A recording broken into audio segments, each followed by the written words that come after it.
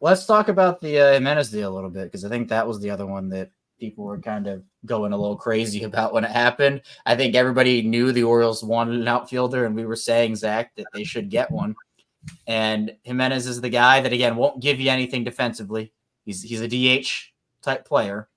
But when he is healthy, he has the power numbers. He can produce for you a little bit. And that's been the question with him, is just, can he stay on the field?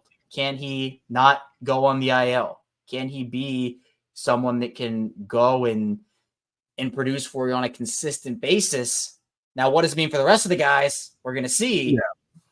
But that to me is the biggest question as well. Is like, well, if Jimenez is getting the DH reps, does that mean less McCann and more Adley catching? Does that mean O'Hearn gets less opportunities? Like, what are you kind of feeling with how this rotation might look at that spot?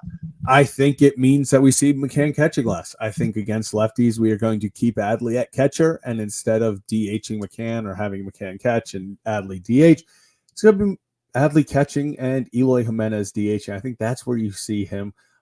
He's batting over 300 against lefties this year, so he's got pop. I don't think the wall is going to, I mean, obviously it's going to take away a home run or two this year. That's inevitable.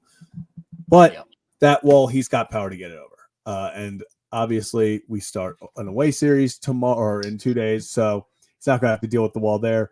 I'm not too concerned. I'm kind of excited to see how this deal plays out. And it's another deal where the Orioles were on the receiving end of a dump, a salary dump. And I don't think you would ever hear that before going into the this season. So that is that's exciting in and of itself.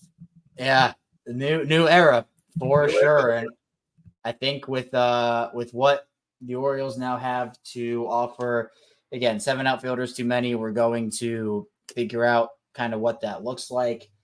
But they also, they didn't give up anything that they valued for the club. Like, again, it was a AAA reliever. Trevor Mago, if I'm not mistaken. The first name might be wrong, but Mago ends up going to Chicago in the deal. Now I'm going to be mad at myself for not remembering the name. Trey Mago, excuse me. So Trey Mago goes, see what I did there? Trey Mago goes to the White Sox, and he gets I think he's gonna be on that major league club and probably get shots in their bullpen on that White Sox team.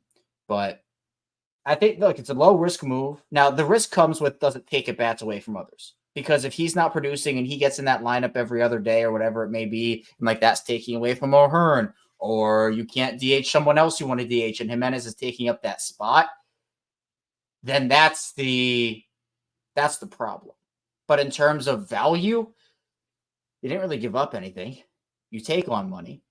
Second, you mentioned it, Zach, with the Eflin deal and now this one. Second deal where they're taking on the money. So we're going to see what ends up happening. But to me, I think this is a low-risk move that can turn into a very high reward if it's just a change of scenery type deal and he can hone in on that power he's had his entire career. Kevin, how long have I been muted? Not that long. All right. Yeah, I think this is just an interesting deal. Like, I didn't see it coming. It's one of those deals that I think everyone was kind of immediately when it happened, you were like, the Yankees just took the lead. That's unfortunate. It was one of those deals when it first happened. You were like, Eloy Jimenez did you just kill a bug? I'm trying to. Okay. When it first happened, everyone was like, Eloy Jimenez to the White Sox or to the Orioles? Like, that's who the Orioles are getting from the White Sox? Like you saw Orioles White Sox made and then you're like, oh.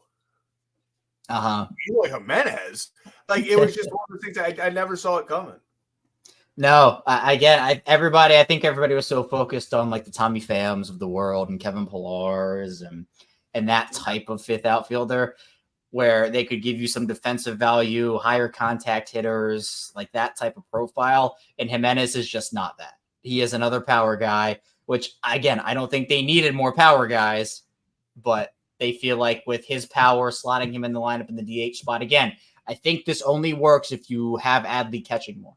I think if that is your plan, which it should be, this is the one that can actually do well. But again, it's a matter of, is this now a platoon between O'Hearn and Jimenez? Is Jimenez only playing every third day? Like, how does that DH rotate? I mean, what would you do, Zach? You taking at bats away from O'Hearn to put Jimenez in the lineup?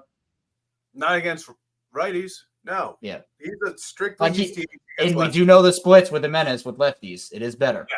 So. Yeah. And if you have a player put together of Eloy versus lefties and O'Hearn versus righties, that is a damn good DH spot. Yeah. I'm very happy with that. Yeah. Because we know that O'Hearn struggles against, I mean, he has been on the show. He's a friend of the show, Ryan Ripken's show, talking about how he just can't figure it out for some reason. But now we know Brandon Hyde loves to play matchups. We know MLB is a matchup league. This is what you do, where now you can have two players who, are they the best out in the field? No. But when it comes to your offense, you now have options to where if you get stuck with a bunch of, if it's a heavy lefty rotation you're facing in the playoffs, you can now put Jimenez out there and not feel like you're pigeonholed into playing O'Hearn there or trying to find another option. You now have somebody that can hit lefties, and that's really important. So, again, low risk, high reward move for the Orioles that makes sense for them, and I liked that a lot.